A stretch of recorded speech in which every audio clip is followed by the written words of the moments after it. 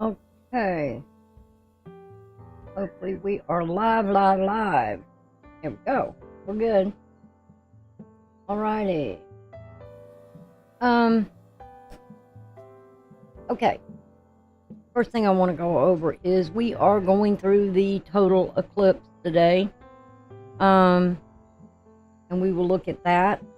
But I do want to say, first off, if you know that I'm behind.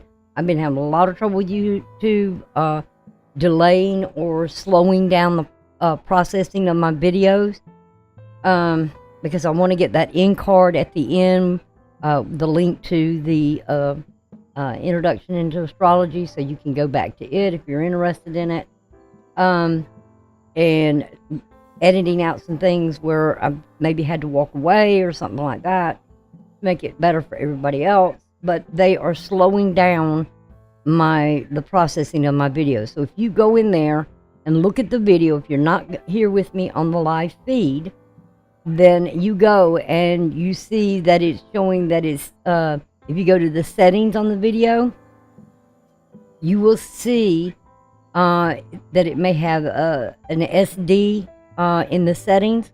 You can't choose the high definition or whatever that it's showing in either way. That means it's not finished processing the video.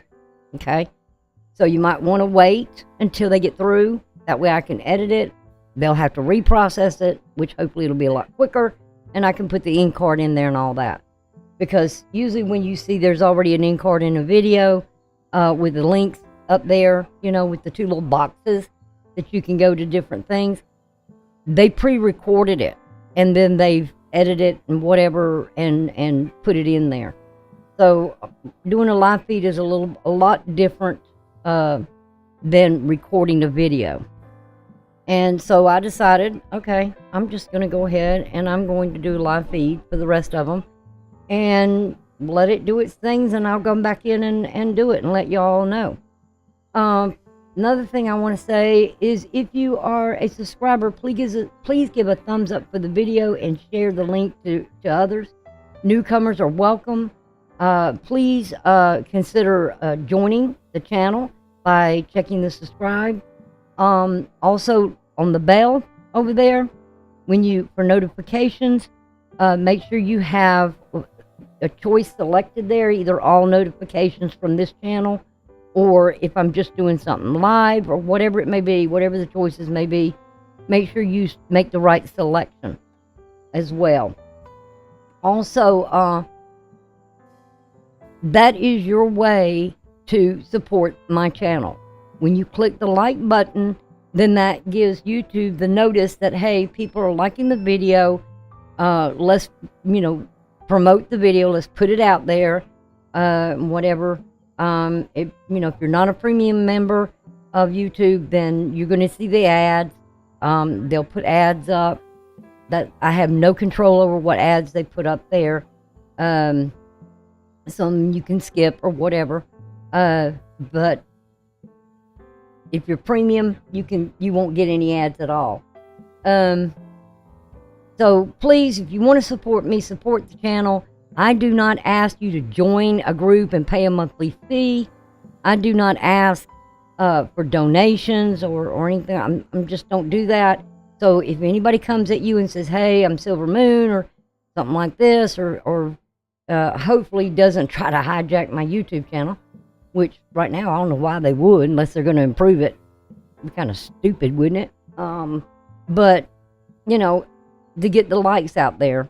So I appreciate it if you would do that. That's how you help me. That's how you support the channel. That's how YouTube gets it out there. All right? And if you do come across where you see somebody, that's out there and asking for money or wanting support, and you see my stuff out there on some other name or whatever it may be, let me know. That's, let's put a stop to that stuff, that garbage.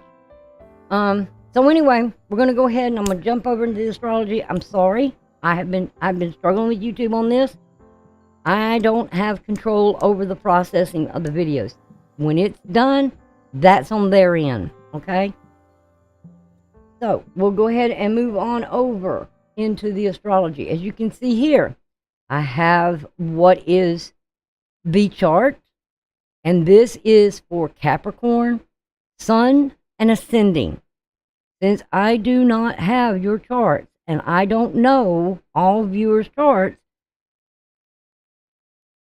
I have to do general. I can only tell you, I don't put a lot of stuff on my chart. There's just no sense in it. I only put what I feel like is really important that pertains to individuality, or something here where it could benefit you in some way. All right, or something with your outer life where it's showing that something's going on there. What may be going on outside in your outer life. And this is where the midheaven comes in. Also, I use the north and south node. Well, I'll let you know what they are, but I don't use the true north and south nodes. I use the mean nodes, and these nodes symbolizes individual paths, their life path, their personal growth, and karmic lessons they may need to learn. Also, I use Vista, which is in reference to Vista is known to be associated with is associated to be with Libra, the scales, the balance. Vista is also known, you can see it right here, okay? Vista is known as the link with Libra, where it's kind of balanced. Kind of looks like a couple little scales right there, you know? But it's about the eternal flame and your devotion to a cause, a project, a person, or even your belief that's sacred to you. But it's where you dedicate and devote things in your life and your goals and your wishes and these things as well. But you want things fair and balanced, all right? And we can learn lessons from this. It's the keeper of the spiritual flame, because this looks like a little flame coming up out of, sort of the Olympians when they had it and they'd light the flame, which represents the feminine creative energy, allows us to dedicate ourselves to our aspirations, our goals, our plans. And that's what this all has to do with. And it shows where you have that spiritual devotion, internal flame going. Okay. Next thing I use that I have on the chart is I have Lilith here, but this Lilith is not like the Black Moon Lilith. Okay, Black Moon Lilith is where there's secrets, something hidden, something's not shown. This Lilith is connected to your inner shadow, not what's hidden from you in the world. Okay, this has to do with the inner shadow. Also, the area where you put your foot down, you set boundaries. You may express your anger or frustration with something here, especially when there's challenges. Also relates to your authority, sensuality, and your sexuality as well. Which some of that is related to the other Lilith, but this is the mid Lilith. This is what it's called, and it's where you openly refuse or resist to go along or to obey certain things. Okay? You're going to do it your way, which is, I find this very interesting because I feel like we all have feminine energy within us. And so I feel like with this Lilith that I have on here, and that's her right there, okay, in your 9th house, in Virgo, all right? So with this particular Lilith, what I kind of feel here, it's where it represents the sort of sigma, and it's a feminine energy. It's the sigmata, which is SIGMA type of feminine energy. These are rare energies that you find within people. They know how to control that inner shadow. They don't let it. In other words, they just don't let it run rampant like the other Lilith.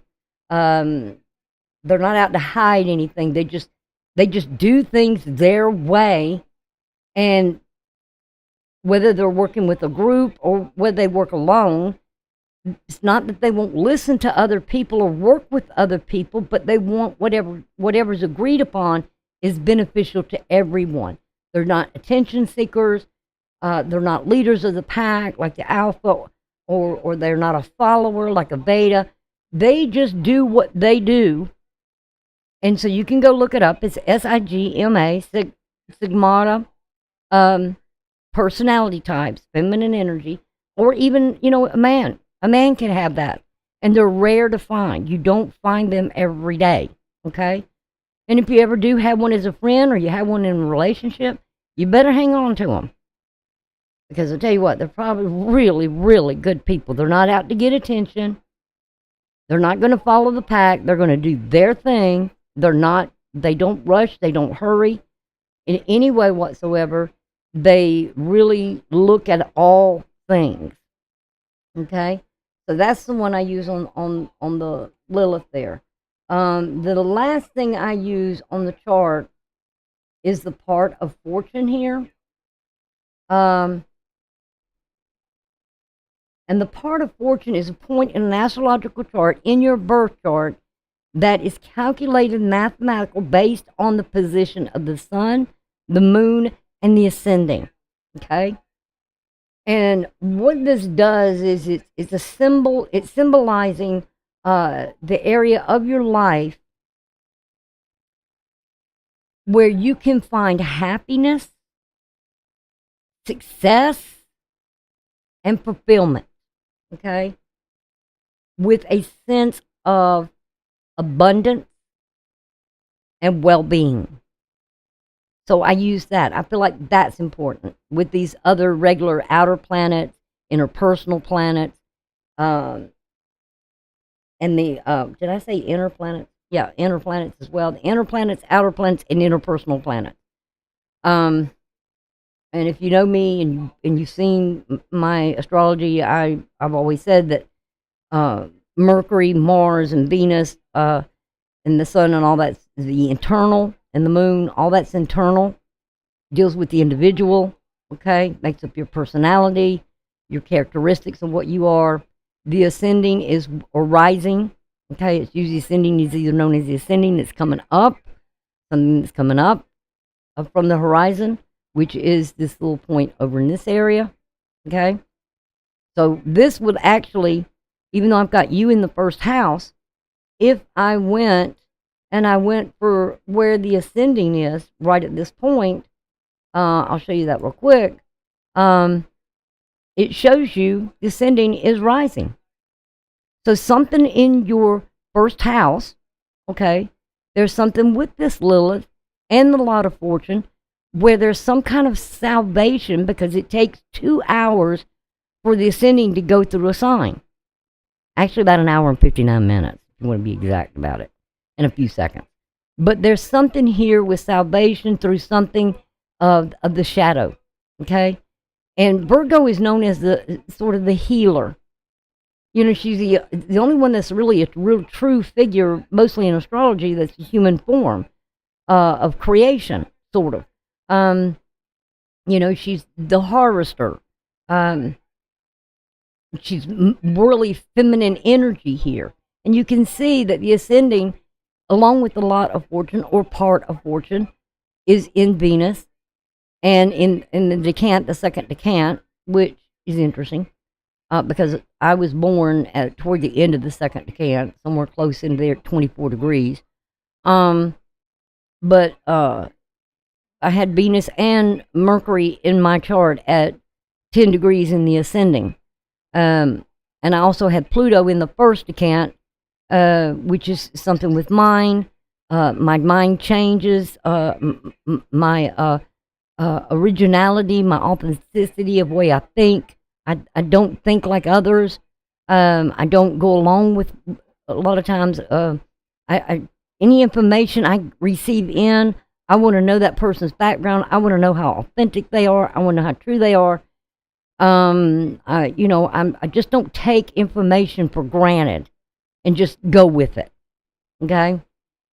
So anyway, I wanted you to see what is ascending right now for you at this time. And like I said, this is what's coming up above the horizon. It's in the first house, which deals with your first house. Something of your personality trait, maybe something here with your shadow, Maybe something where there's an opposition to what's going on over here in Pisces in your 7th house, where you've been putting your foot down, or there's success, or something you're trying to salvage here, but there's maybe outside limitations with it because Saturn is exactly at 14 degrees along with the ascending and the lot of fortune. You can have success here, very possibly, and fulfillment in that area in your 7th house. But you have to work through something here, that you have to take the action and work through something here for the other person, because the 7th and the 8th and the 9th house are all about relationships. And this is something in the 1st and 2nd and 3rd house of your life. Okay? And then with the 4th, 5th, and 6th houses, that deals with your family, and the 10th and 11th and 12th houses deal with your spirituality. Okay?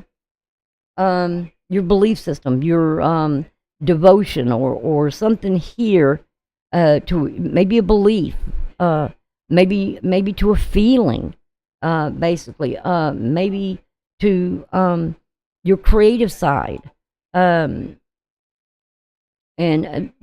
something, maybe the information you receive, because all this is dealing with the midheaven is up here. Do you want to say that? It's always basically just separation by over almost 90 degrees. These two stay at separation, the midheaven. And the midheaven deals with your outer life, okay? Whereas the Nadir, Nadir, deals with your internal life, because this breaks up into 4 parts. Okay, the horizon, the midheaven, and your personal life, the Nadir, or the IC, as it's sometimes often called. Okay, just a little astrology lessons here, but I wanted you to see what I use, and I like to look at what is coming up. So there's something that you see, because it is the 9th house of what we see. But it's for you, it's Virgo. It's something here in relationship with others, because this is the thing of your relationship house, where you're looking for some sort of some fulfillment to fulfill that inner shadow, that would give you happiness, joy, well-being. You'll feel well-being. So, and this, again, like I said, the sun with the moon during this total eclipse, and the ascending, and where it's at right now, and the calculations in these, you'd have to go back to your birth chart. I don't have everybody's birth chart. So that's why this is a general sort of reading, okay? Because I don't know where the planets were at the time of your birth. You can compare it if you have yours. If you don't, you need to get it, okay? So I just wanted to let you know that I don't use a whole bunch of everything here. I just don't see, it's too confusing. Somebody sees that and they're like, well, what? All that stuff? Really? Well, it all can impact. And most of those should only really be used, in my opinion, should only be used if you're doing private. If you're pulling somebody's chart and you're comparing it to that, then you would do, all of it. Unless you're doing just something simple, okay? Sort of a lesson base or whatever here. So, anyway, I just wanted to go over those things to let you know what's going on here. Let's talk a little bit about this eclipse, because Mercury is part of it, and it's in retrograde. Now, I've got this at the time where the eclipse is already over. So let's go back to that. Let me bring that in so you can see that all of them, Chiron, the sun, and the moon were at 19 degrees. All of these were at 24 time in. I'm a numbers person, but I look at the dramatic coding, biblical coding for numbers. And 19 is a reference in healing. It's also royalty. It's, with the sun there, sun is definitely royalty, leader. Something in healing, or the moon in this as well, because Mercury is something with the mind, going back. Wow.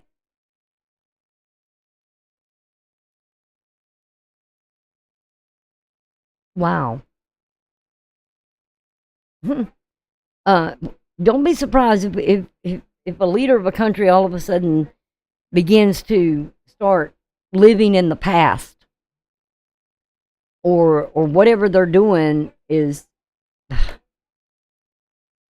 they're trying to start something here for the future. Because remember, we're looking at a new moon.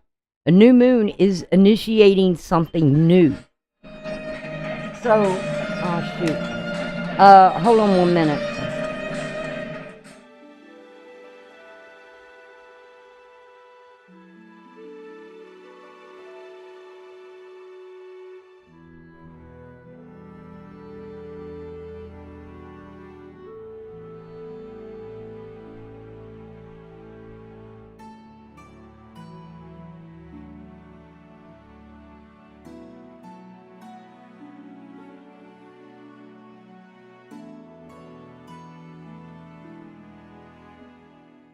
I'm so sorry about that. That was my phone ringing. I had no idea who it was.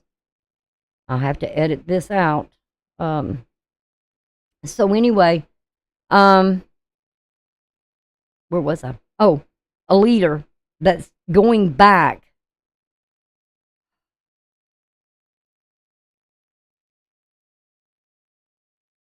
I don't know what may have happened here,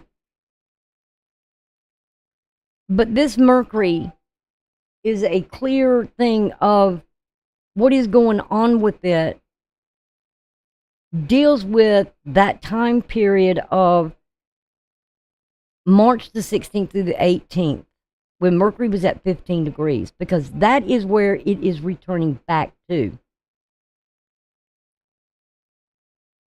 24 is dealing with the number, if you know I can't pronounce that word for the biblical thing that you coding. Jesus, help me. It's a Drameric coding or something. You can find that alphabets, the Hebrew alphabets, give us meanings to things.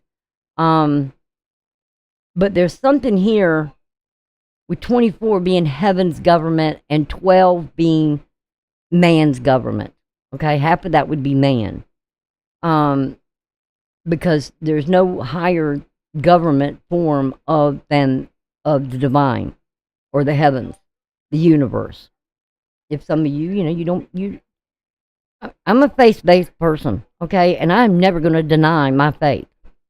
I just practice it differently than others do. I'm not a Bible thumper, but I do use the teachings of Scripture in my life, and if that's if that's against, you're against it, I don't have a problem with that.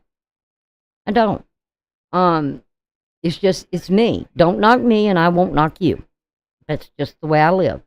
I'm not going to take a Bible and beat you over the head with it, or shove it down your throat, or anything like that. You have a choice. I'm just not the astrologer for you. Okay? I am a spiritual person, very spiritual, rededicated my life, redevoted my life, because of, things I've always been, but I rededicated myself some time back.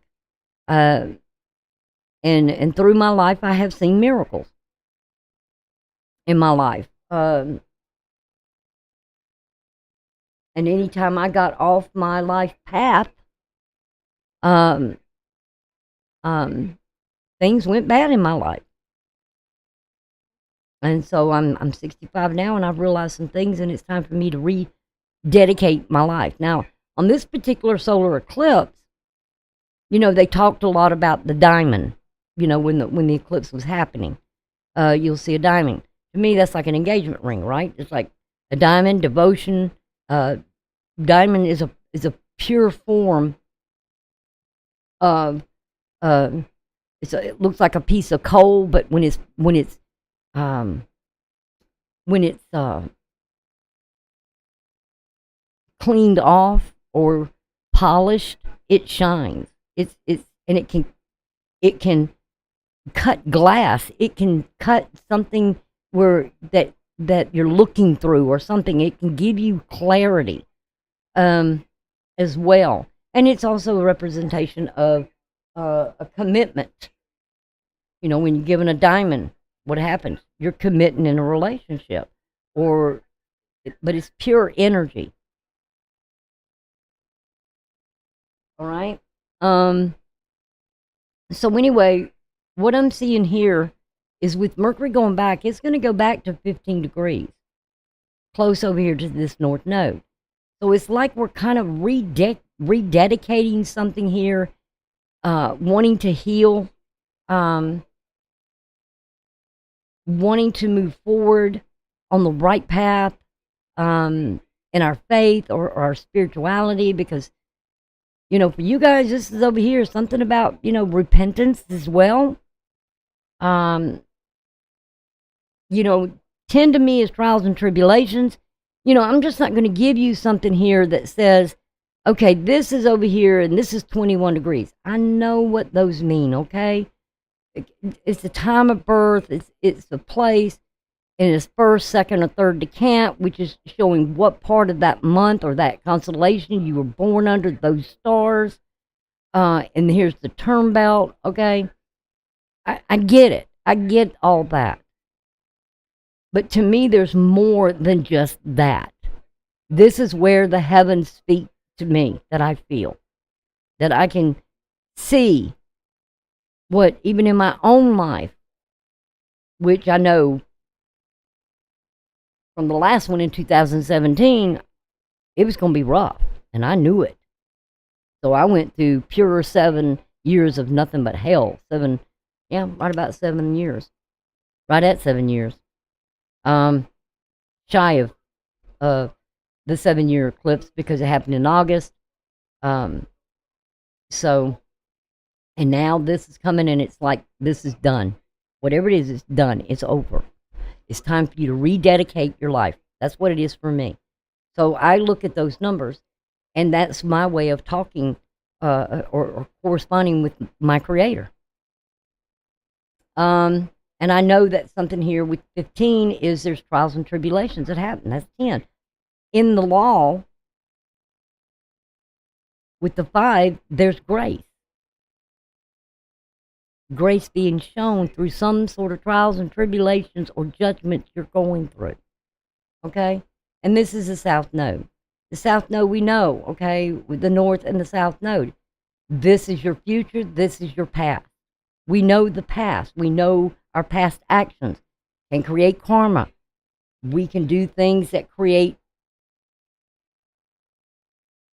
hell in our lives by our own actions, by our own words. And that's all we know. We don't know the future. I'm not a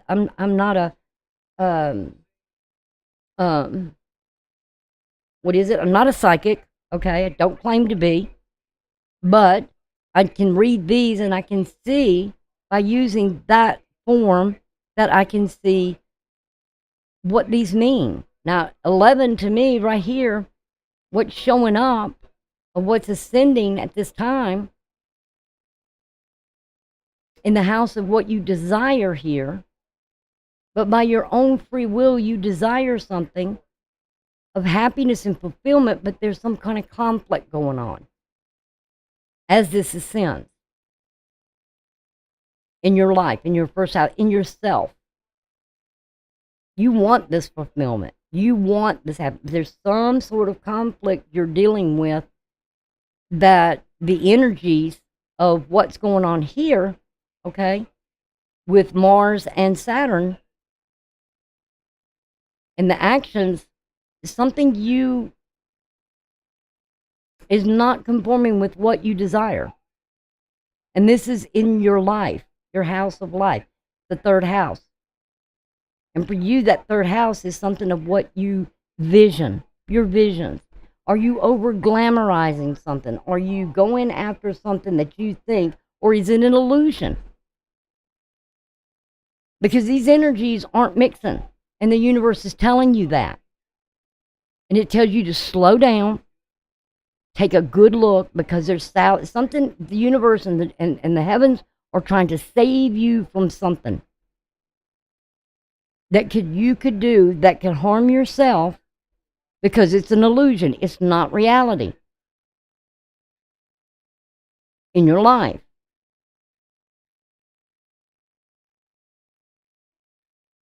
And this is dealing with Jupiter. Expansion and growth. And it's in your 5th house.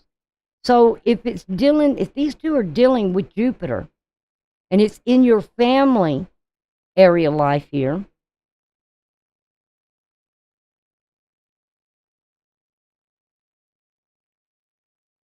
I'm kind of getting a message here with myself in this too.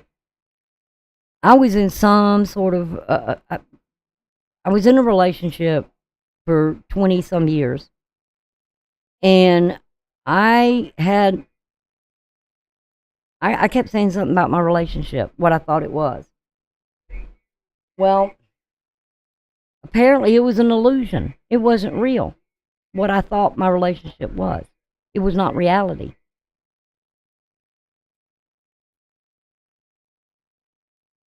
And it all came crumbling down right before that total eclipse in 2016. Well, it started earlier, but I didn't pay attention to the signs, and I should have. So I got to call myself out on that. That's my fault. I got to take responsibility for what I didn't see was coming. Also, if you've checked out that introduction to astrology, the day's being ruled by the moon. Monday is ruled by the moon. The hour here, the 7th hour, divinely, okay, is being Mercury. There's communication here. This is where the universe communicates. It's going back over something here. Back to a time that had to deal with, I still say, March the 16th, something between the 16th and the 18th. Something was going on, 16th, 17th, and 18th. So you'll have to look back, because this is what's coming back into your home, because it's the 4th house.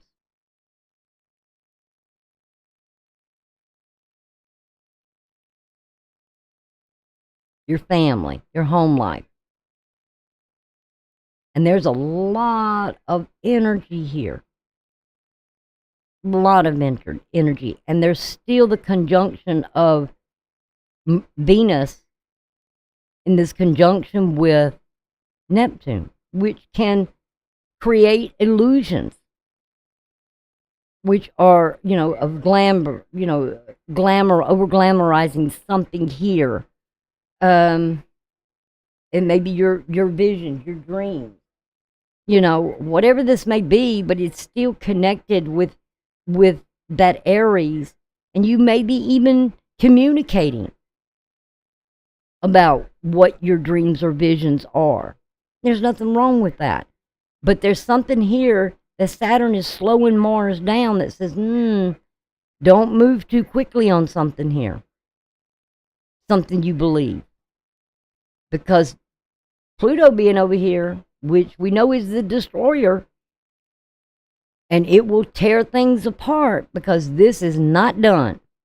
I want you to know that. Because when it hits 2 degrees, it's going to go retrograde. It's going to move back toward Capricorn. And this will go retrograde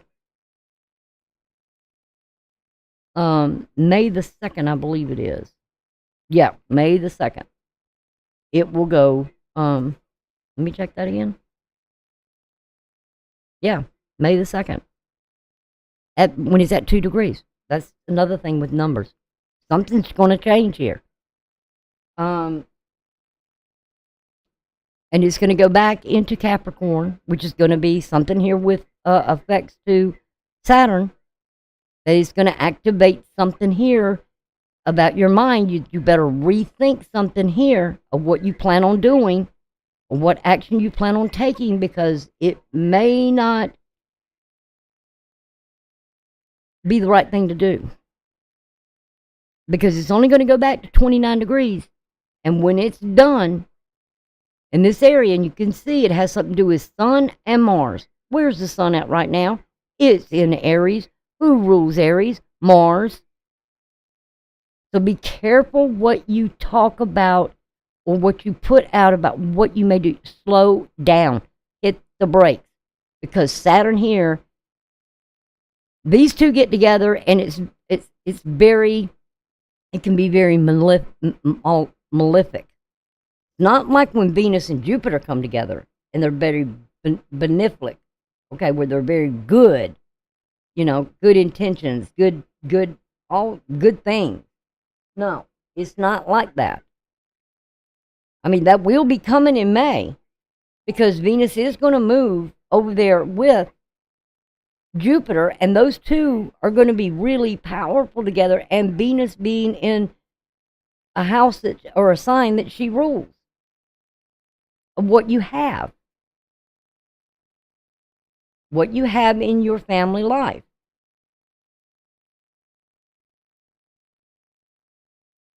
It will bring something very beneficial. So I'm saying right now, watch your actions.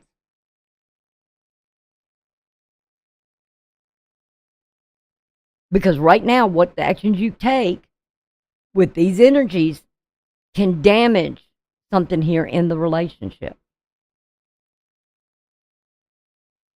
Something you may do, maybe it may be something of a habit that you do, or something you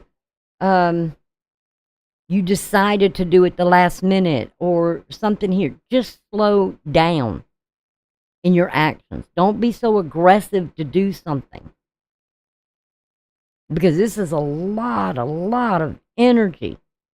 Because it may be the wrong thing to do.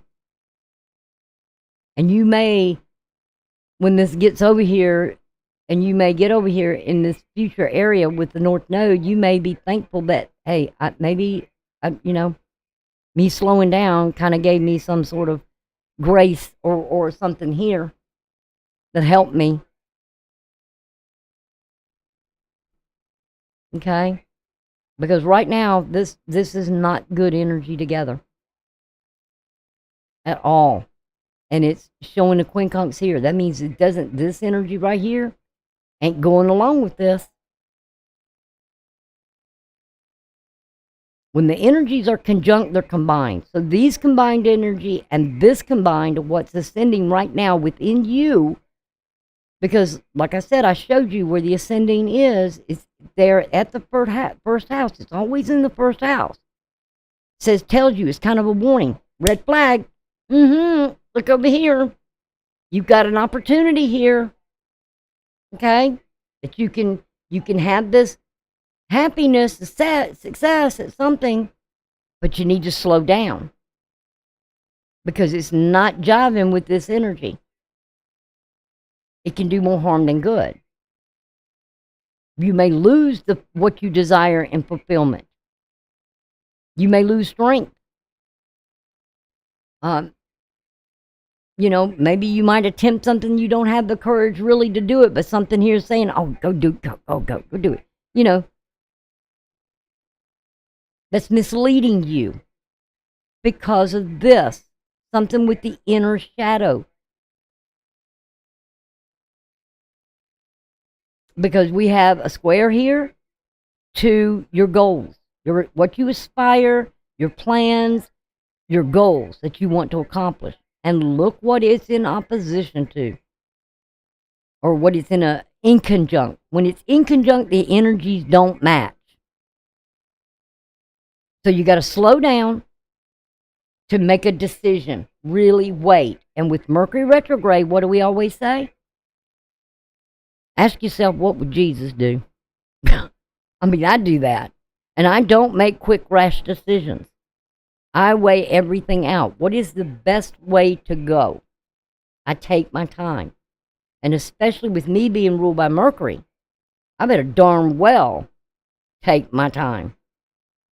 with it being retrograde. Rethink something here.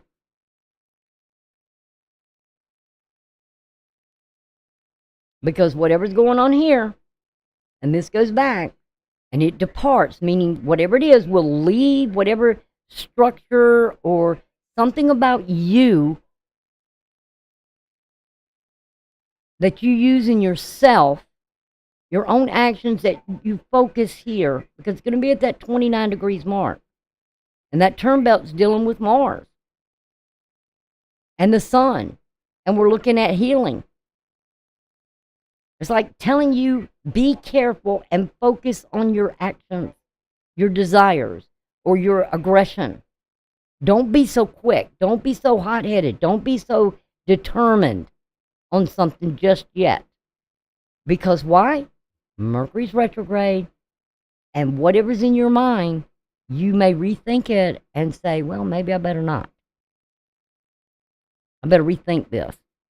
Because whatever this is, when this goes back into, it's not going to revisit here for 248 years. Pluto's not going to be there. You're not going to live to see this again. I'm not going to live to see it over here again. Thank goodness I'm not going to see it. Okay? Because once this goes, you got to be authentic with yourself, and you got to be realistic. And you've got to have the courage to face something here. And make these adjustments that need to be made. And have the courage to make the decision. Is this the right thing? Because again, is dealing with the energy here of your goals and your plans and your spiritual beliefs here in a relationship. Your relationship houses. We're talking about Venus and Mars. Masculine, feminine energy. Union. Now it's going to really hit when it's at 2 degrees. And it goes back. Because when it gets out of here at 29, whatever it is that was in your head, guess what? It's going to leave. So if you get with someone, Capricorn, and let's say you start making plans with somebody, you go into business with someone or something here, all of a sudden you may change your mind about something here. You may change your mind about a relationship. You may find that this person is not authentic. Or you're not being real with them. I mean, it can go either way. You're not showing them the real you. And this could cause some issues. So slow your motor down. Because this is in a square to the midheaven, which is right up here, right up there where this area is, your outer life, between relationships and society, or your spirituality in life. This is where we deal with humanity. We deal with others, other people, in groups, or friends, like-minded friends, or something here, where all of a sudden you may find, my actions and their actions just not the same. Maybe it could be, their friends or something here. Also want to let you know that this 12th house can mean loss in some way. But it's Saturn. It's Sagittarius. And there's nothing there right now, so. Because what rules this is over here in your 5th house. And that's in your romantic attachments, your love affairs, your children. Maybe a child is leaving home and going to college, and you're going to have the empty nest syndrome. Maybe your career's changing. Something here you're going to see.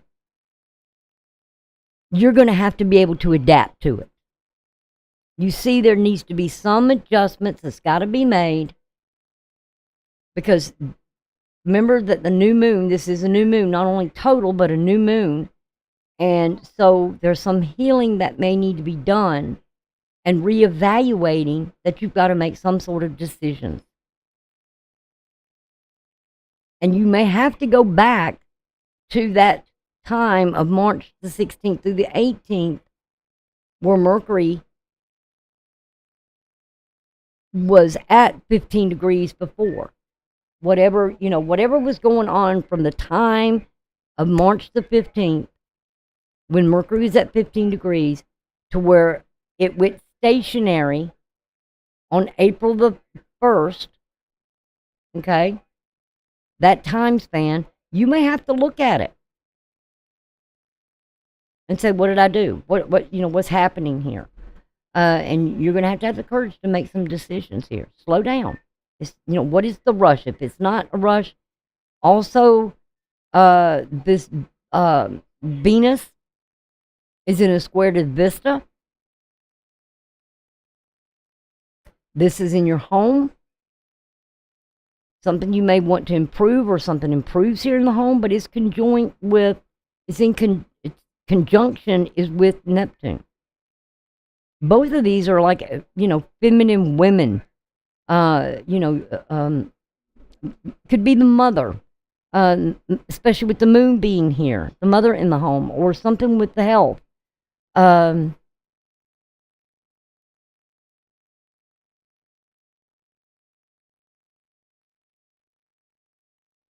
But it's attached to Neptune, which is could be a time of a little bit of conflict going on in a union, in the home. And there's got to be something that has to be addressed here, but it's bringing it into Aries.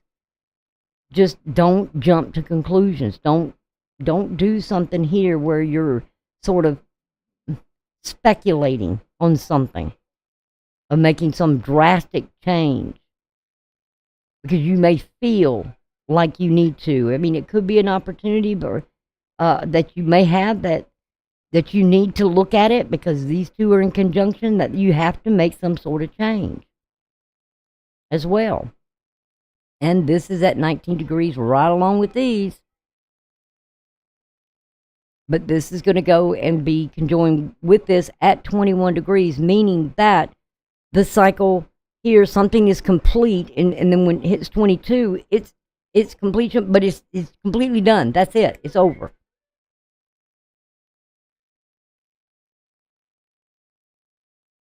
And like I said, this Pluto is in a square, so how you handle the squares shows what you're made like on the inside. How you deal with this. And there is some opposition into the past. Oppositions is where it gives you, shows you the capacity for awareness and have a better objectivity of something. Separate yourself from something here and become consciously aware, where you have that objectivity of something. The mind becomes aware of something, or you become and you face something in relationships with this illumination, because we got the two illuminators here. And you'll know, is this healthy for my home?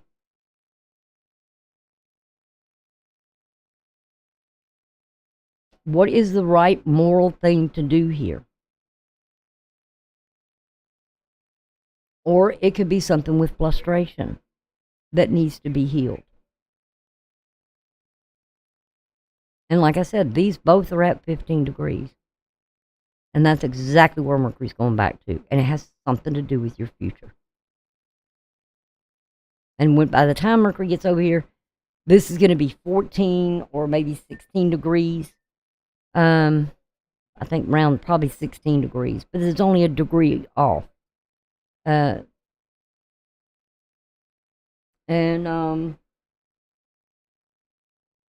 not going to go there right now. But anyway, you're going to have to make some decisions about things. Venus is already in Aries right now. All right, now the next big step that's going to happen. I want to go back over to oops, to the solar eclipse. So I'll take those out and go over to where the eclipse is on April the 8th. My times are Eastern Standard Time, so you'll have to adjust your time to what mine is. This eclipse, start of a partial eclipse on April the 8th was at 11:42 this morning in 16 seconds. Start of a total eclipse began at 12:38:50. Now, and the maximum of it was at 2:17. So I did see, I was watching it when it was right at that cross where it crossed that one from 2017. And I think that's about the time that it was hitting it too in my time. I think in their time it was earlier in the day because it would have been behind me. But it did get, I'm in South Carolina, so I've got the Eastern Standard Time all along the East Coast. So that New York Standard Time. And we had like anywhere from 70 to 80% of effect. So it did get like somebody turned the dimmer switch down on the light. And I noticed it. It was, I kept saying it was shady, but I finally realized, no, it was like it's gotten dimmer. And then I could see, while I was doing Sagittarius was reading, I could see where it looked like somebody was turning the dimmer switch back up. So it did have some effect here on our East Coast. Because as it moved up, and it was right at that cross point where that one from 2017, like I said, started all hell for me. Because I remember being in that eclipse and watching it. My mother was in the hospital. My life just didn't seem like it was going right. And all of a sudden, I just felt this doom and gloom. And it stayed around till I got my life right and rededicated and devoted myself to where I needed to be. The end of this happened at Eastern Time at 3:55:32, 15:55. Change happened. That's funny too, because 15:55. I'm not gonna tell you go look at angel numbers, but I did see something in Sagittarius as being 444. Remember the 16 here talks about when that Mercury gets over there at the North Node, and I said it would be 16 degrees, and Mercury be at 15 degrees. This is talking about a double new beginning, completeness, characteristics of love, double potion of anointing. 17 being that of victory and good. And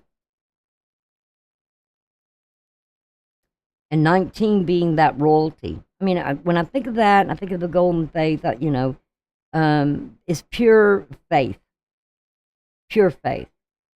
I'm not going to quit talking about my faith. I mean, like I said, if that be the case and it bothers you, I'm not the astrologer for you. And there's some astrologers I don't like listening to either. So, it don't hurt my feelings. We've got master time cycle for 19 as well. 19 degrees is also a reference to cosmic cycle, healing.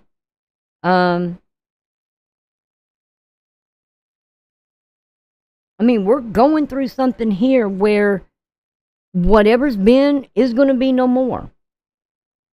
And then we have, I was going to go look at the 5. 5 is dealing with grace and gifts and love.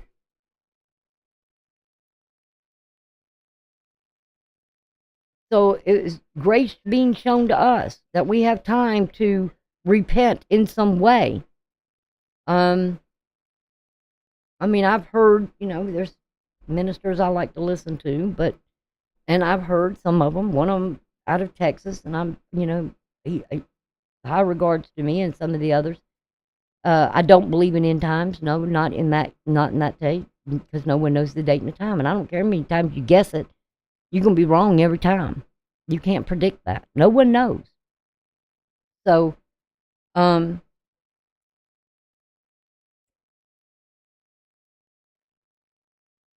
live every day like it is your last day. But be rational. Be simple. Okay? Now, the end of this happens at 1652. As you can see there, the end of the partial. It started out with a partial, and then it ended at 1652. So, this thing lasted for quite some time. Between, if you take the total start and the end, it was like lasting over 3 hours. So for the next 3.5 years, this total eclipse is going to be having some effects on the ones that are coming. That will be angular. It will be prenumbal. It was all those. There will not be another total eclipse like this in the United States until 2024, 2025. Okay? So we're looking at 20 years, 20 to 21 years before there'll ever be another one like this again.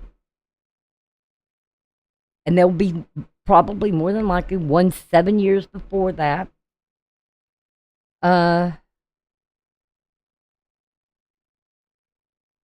Which would make it, what is this, 2024? Oh, God.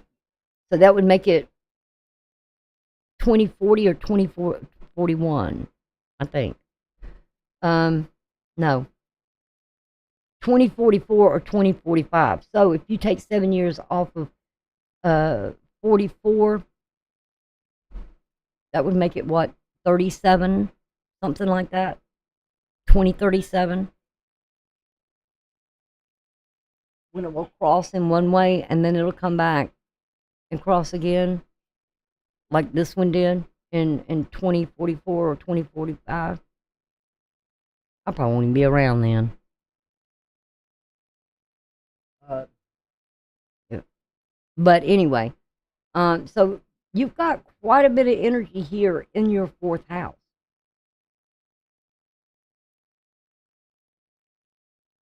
I mean, in Mercury retrograde too, coming in this. Now, on the April the 19th, and then we have an angular solar in October the 2nd this year, which will be an angular. It's not a total, it's an angular. So anyway, let's go back to the sun ingresses into Taurus, okay? And there'll be a T-square there. It'll have an effect. Has to do with the ascending, this coming up, Gemini, in the first house. So you'll be thinking something. And Mercury will still be in its retrograde stage. And you will think about something being successful here. And fulfillment. That's what I said about whatever was going on that happened, that it's going back to that 15 degrees. This energy is still all this here. Okay? And the sun is still in this square of this now, getting ready to go retrograde, which would be in the shadow that is moving back to 29 degrees. So prepare yourself. That's coming back in your house. Something is coming back to change you.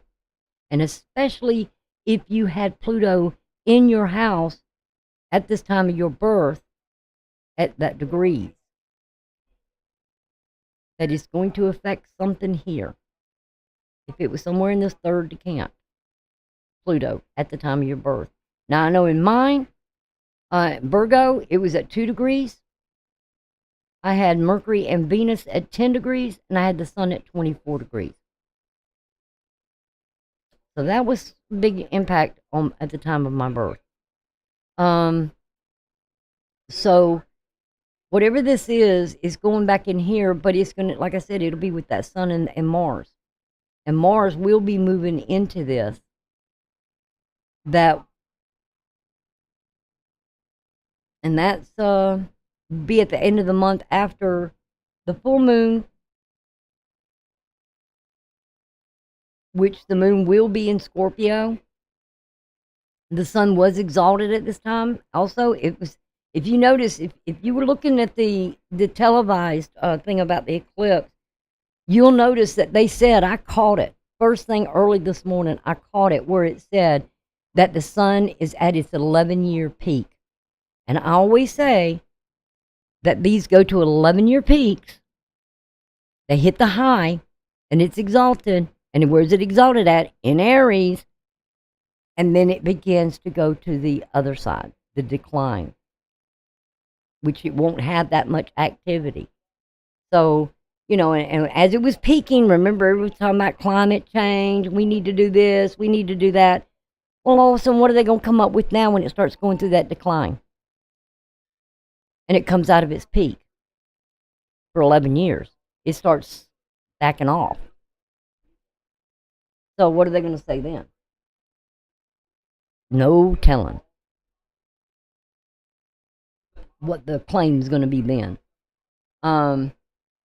But there is this opposition with what you see here. And look here, it's at 22. Moon's at 11. An opposition to something up here that's going on in your outer life. That you have some emotional conflict, either somebody does with you or you do with them. And you see something here. Now this is going to come to this Lilith, and it'll, you know, go to the same degrees. It will be in an opposition on April the 19th, which is really strange. This moon will be exact in opposition with Saturn. It'll be at 180 degrees.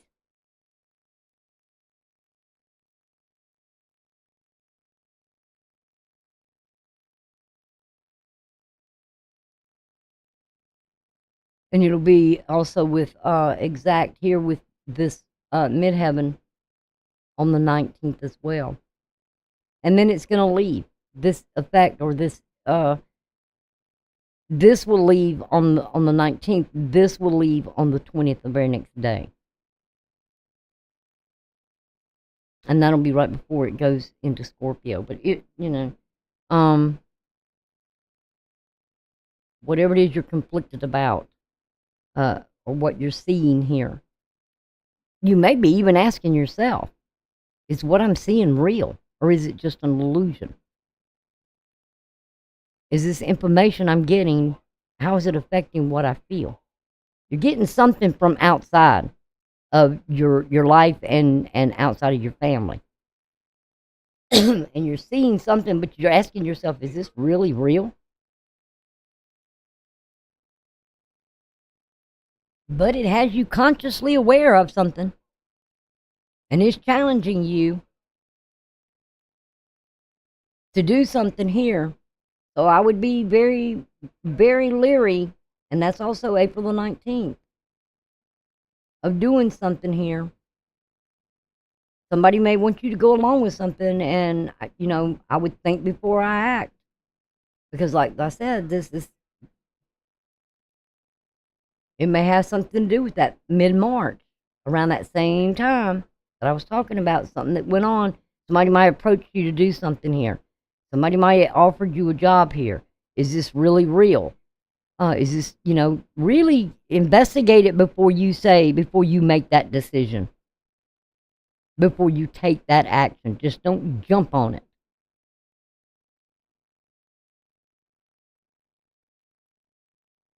Make sure it's what you want and it's going to benefit your home.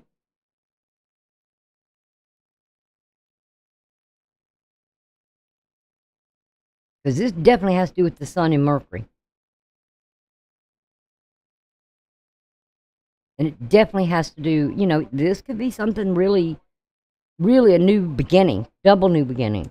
Because the sun was there, sun was exalted at this time. Something leading up to this.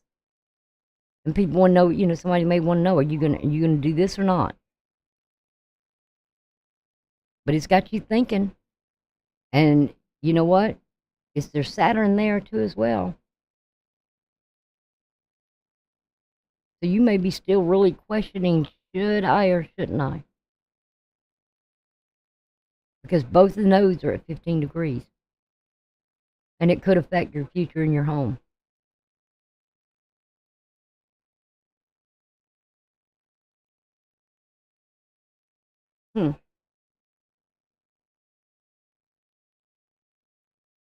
Even if you're even considering moving, you may wonder, is this the right time to move? Or is this the right time to buy? I don't think so. I don't think so.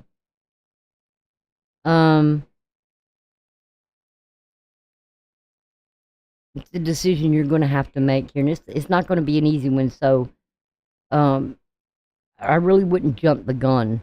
Because when this moves, look at, you got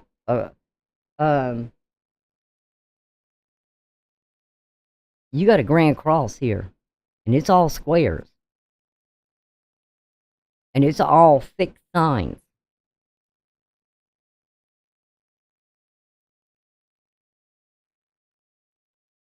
Moon is full moon. It's in Scorpio, which means that it's in a fall.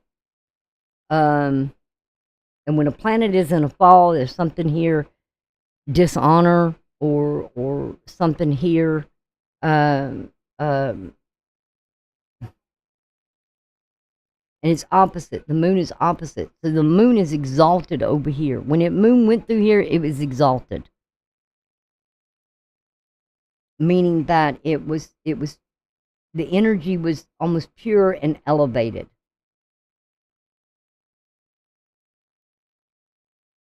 So almost the energy of perfection. Now it's over here and it's facing something that now it's opposing. And we're talking about the number 4. And also with the ascending, this is something that's on the horizon that's coming up with this full moon. There's a lot of challenges here. And this is 2, which has to deal with union and division and doubling and dreams. So something here, emotional, a confirmation as well is what 2 is all about. And 4 represents the gospel, good news, restoration, master, time factor, and angels. So something is trying to, when the moon is here, when it goes it's in Aries right now, but when it goes here, take notice of what goes on when this moon is at 4 degrees. And as it goes through your 5th house.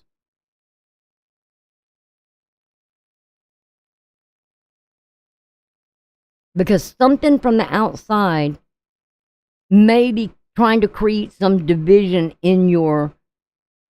with either your family, in your family.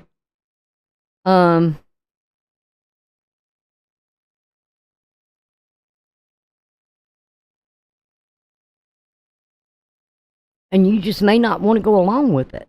And because you didn't go along with it.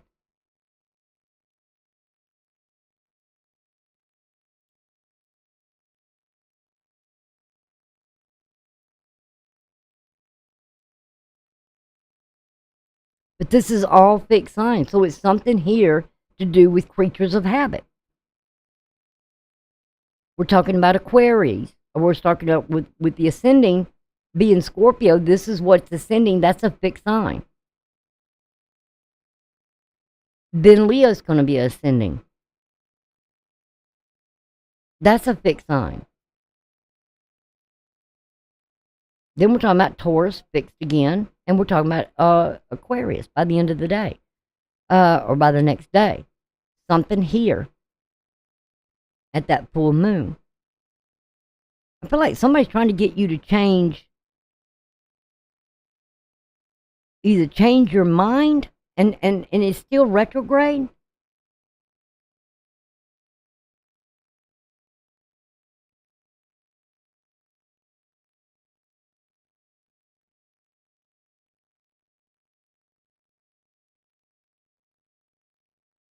But if you don't have to make a decision right now, why do it?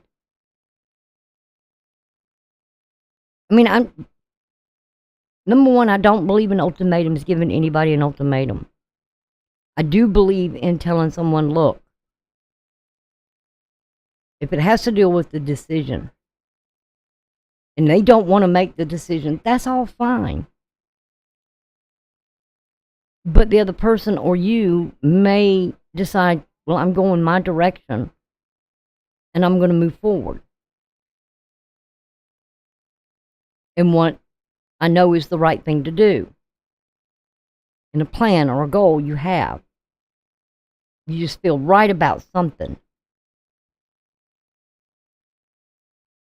But the other person or you cannot make the decision, and it's okay. But don't give somebody an ultimatum. You know, it's almost like, well, if we're going to move now or whatever. And then all of a sudden it created a big mess. Because look at all these T-squares you got. I mean, this is like in this grand cross. We're not only talking about squares. I mean, one big, huge square of a habit or a creature of habit. Something here in your fifth house. It has to do with the sun. Has to do with the moon. And the ascending. So it's a calculation. A mathematical calculation here. But look where your part of fortune or your lot of fortune is in the sixth house. Daily routines. You're thinking. And where's Mercury? It's retrograde. So there's something that's an outside influence here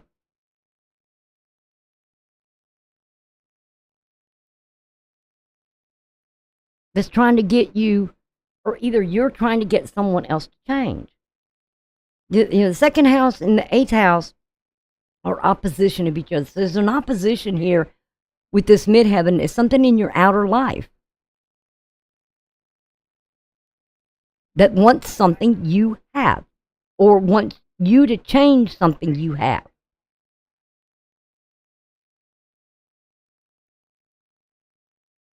Because the second house is what you have. And Aquarius is knowledge, what you know. And you know something outside of you wants you to change something you have. Maybe it's a habit you have that may be unhealthy, or something here. But if you're being authentically who you are, why would you change that? Why would someone want you to not be who you are? It's almost like I'm getting a feeling that you're in a relationship where somebody you've been dealing with or whatever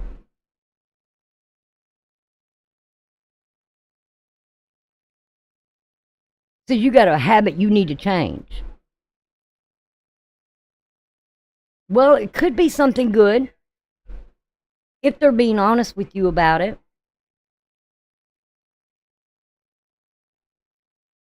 Or maybe there's something you want somebody else to change.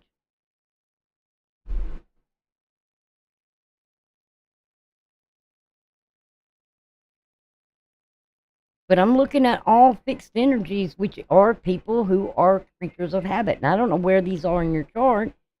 And I don't know, well, I'm looking at where they are. I mean, the second and we're talking about the second house, the fifth house, The 8th house and the 11th house. This has something to do with resources and stability.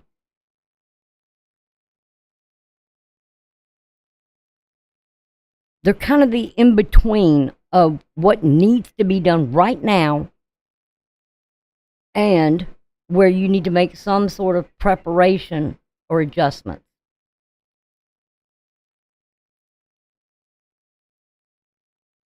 Which would have to be the preparation and adjustments have to do with your 3rd, 6th, 9th, and 12th houses.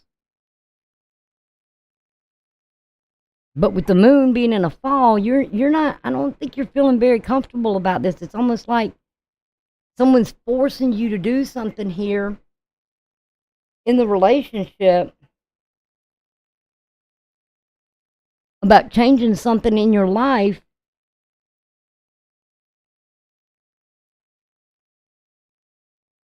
But I don't believe in ultimatums. So I would just say to whoever this is or whatever the situation is here, let me deal with what I got to deal with.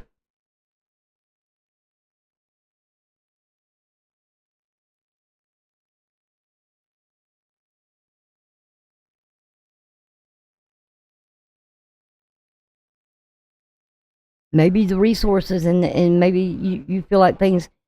Let's go back to the home situation where somebody's wanting to sell a home or this or whatever.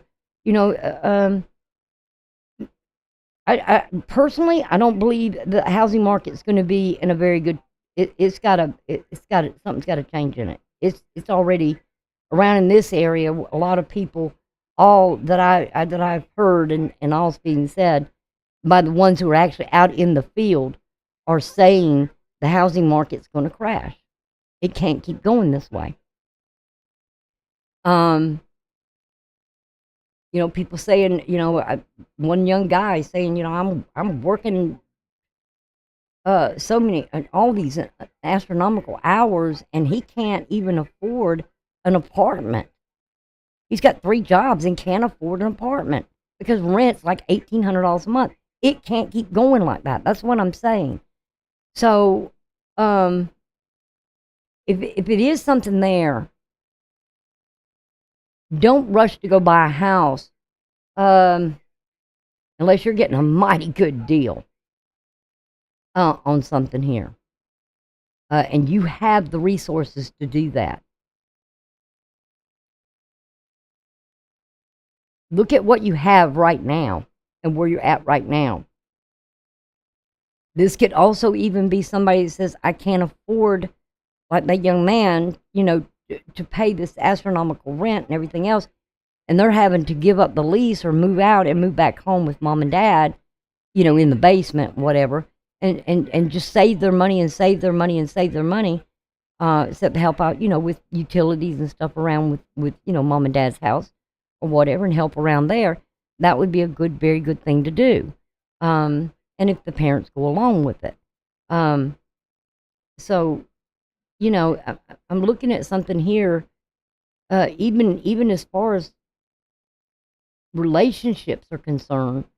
But a lot of this has to do with Mars. And where it's at right now, and it being in its conjunction with Neptune. I feel like there's an influence here. Could be a spiritual influence,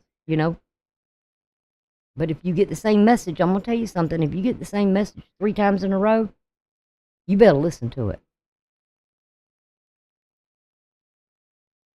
If you had the same dream 3 times over again, listen to it.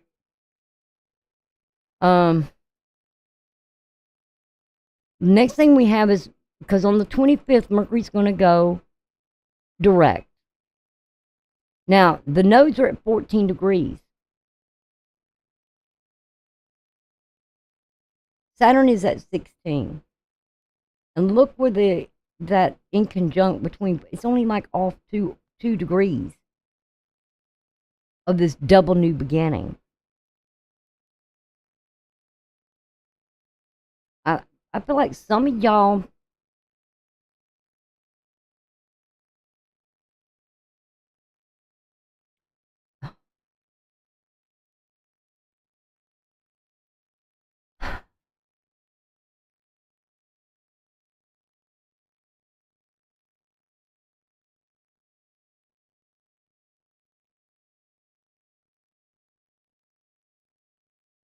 be careful into temptation. I will say that, because I feel like on this day there's a thing of where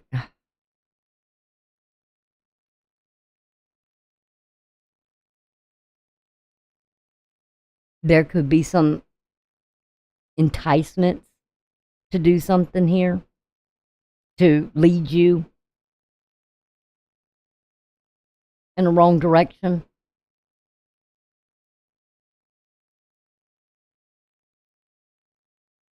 Because when I, done some, research on the mystical trek angle, it's like something that's mystical that's just, it appears, and if it's too good to be true, then guess what? It is.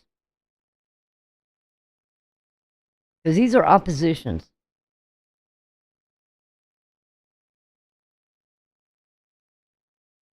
So whatever's being activated here that might look good,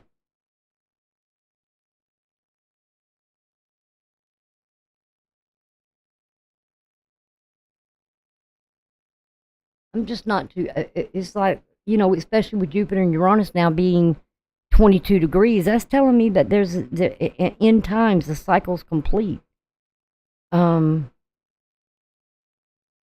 Structure.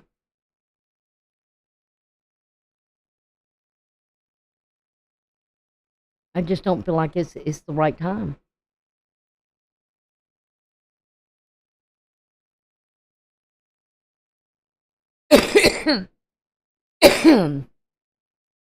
And we got two of them here. It's all dealing with the moon, Mars, and that Lilith. Something in the shadow, internal shadow.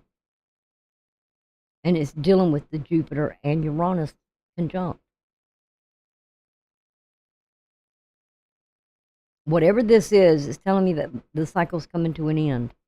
Now, I don't know if this could be something in relationship, or a dream you have, or something you're devoted to, or whatever this may be.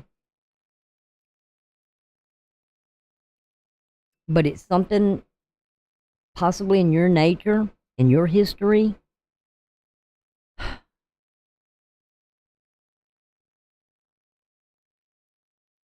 But something here is in your rights and privileges that has to deal with this lot of fortune. Whatever the restrictions or limitations are, still with this being stationary and it's just going to be going direct soon, you're going to be working back over something here.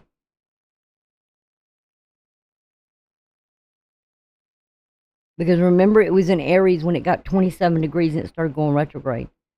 So I would keep an eye out on Mercury and see when it goes, gets there, because it's like you're going to work through something here. When will Mercury get to that 27 degrees again?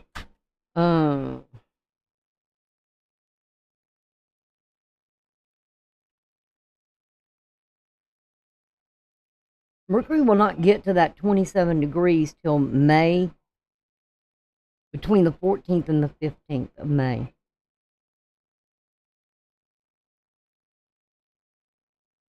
And it's only got a little over a week before it goes into Gemini.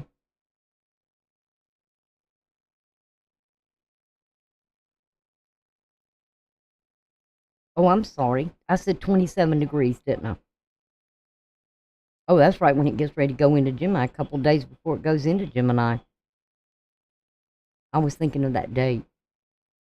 Back in March. It'll get at 27 degrees on the 22nd of May. So scratch out that 15th, 16th, and it's the 22nd. It's on a Wednesday.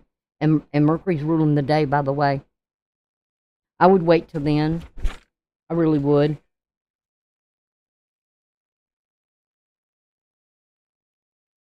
Because you also got the two T squares. We'll see how. Wait till the May astrology comes out, and let's see what it looks like then. Because I feel better there. Because I know Mercury's done went through its retrograde. It's gone back through. It's out of the shadow again, and it gets that 27 degrees where it was. And it's getting ready.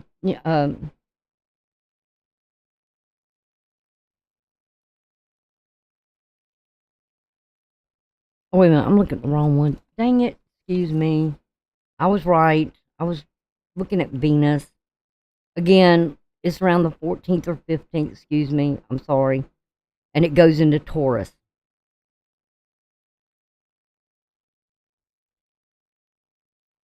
Um, yeah, it should be a lot better.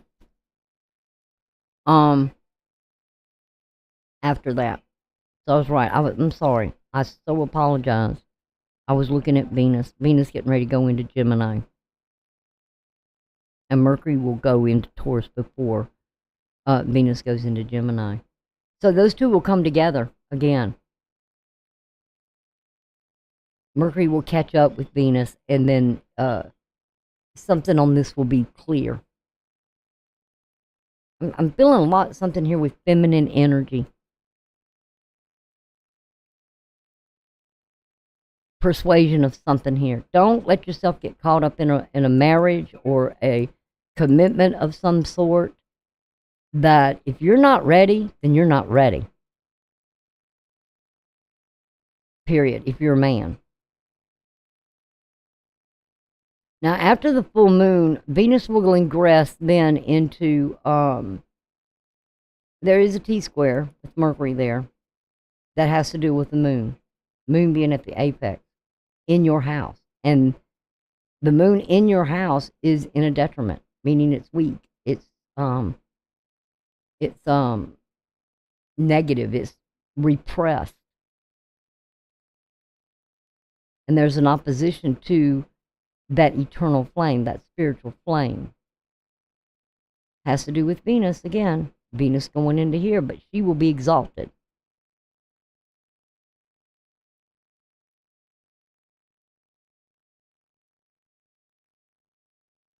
And this is having to deal with your fifth house children. Has to deal with romantic attachments, love affairs, creativity, art and drama, children, speculation as well, pleasure and play.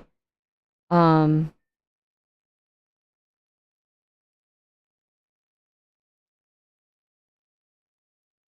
this Pluto conjunct with the lot of fortune as well. I mean, they were exact, but there's something here with this 14 degrees. I wouldn't get myself caught up into something here. Something from the past. Something it could have been. Now, again, we all know that with Mercury, someone could be coming back from the past that you once had something with, wanting something with you in a relationship, a female or something like that. You better think about this before you jump into it, because there may be some ulterior thing going on here. Maybe somebody you had a flame with. I mean, you had some kind of, you were devoted to them. Maybe they cheated on you. I don't know. Male, feminine. I just know it's something to do with feminine energy. And when I say feminine energy, it has to deal with the moon or Venus. Those are the two things that are so feminine in nature. We all have it in our life, in ourselves. Venus is somewhere in our chart. The moon is somewhere in our chart. And so if you had a connection with someone and all of a sudden they're coming back, wanting to revisit something with you,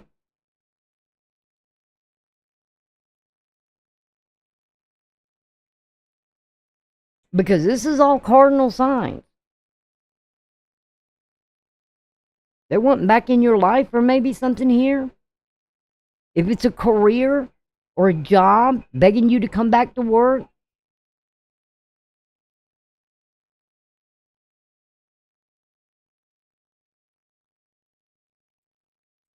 This could be something with the mother, the father. Uh,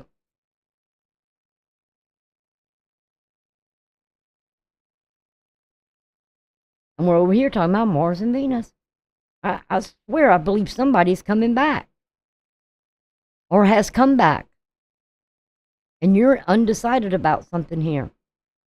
But what are you missing that you may be going along with? See, I don't like trians, but sometimes they feel so easy to just slide right back into something.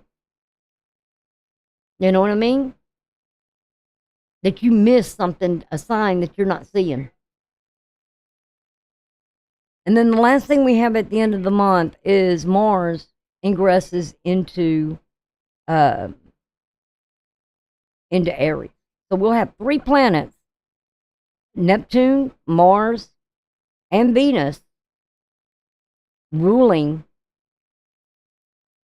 the signs they're in.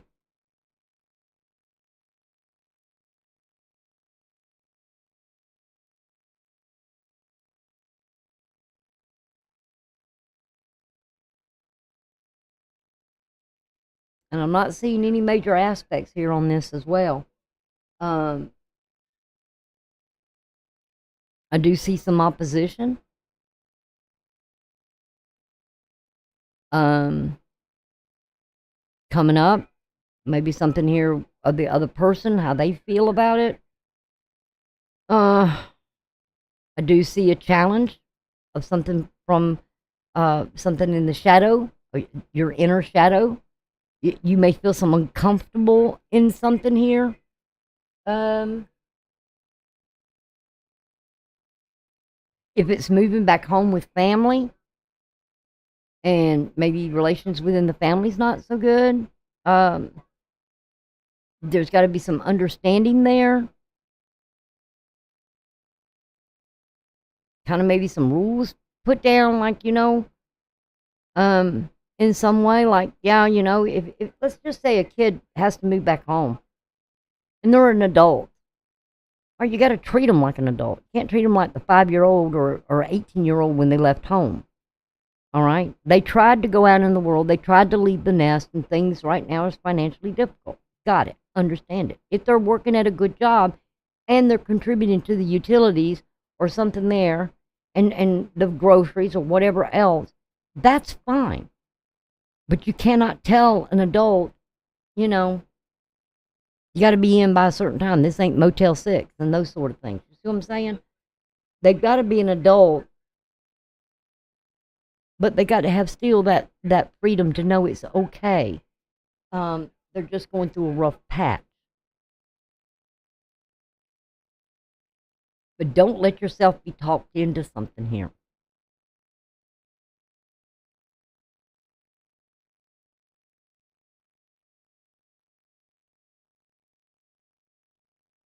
Because just remember, Pluto's going to go retrograde, and we're going to start having retrogrades now. And we will have to look back at a certain time. What was going on at that time? Between, let's say, when Pluto was at 29 degrees, it moved into Aquarius. Between that time till it hit 2 degrees, and it going back now to that time period, what was going on at that time? And I'll give you some dates and whatever. Okay? So y'all take care, and I will see y'all again. Oh, also remember, if you looking at the video and you've got the little SD there and it doesn't have high definition, I will be editing the video, so I would wait till YouTube gets through processing it. Okay, you can watch it now, but you know, at least when you come back, if you need to come back to this and look at the dates and all the stuff that's there, you won't have all that other stuff, and it'll be in a better quality. Okay, so, and I will have the little end tag up here also. uh, that you can go back to the introduction in astrology. That way you'll know it's done processing. Okay? And I think that's all I got for now. But I hope y'all have the rest of the wonderful month. I'm going to try and finish the last two signs, and then I can get into the tarot part, and we can see, what may be showing up there. Okay? All right. So y'all take care. Bye for now.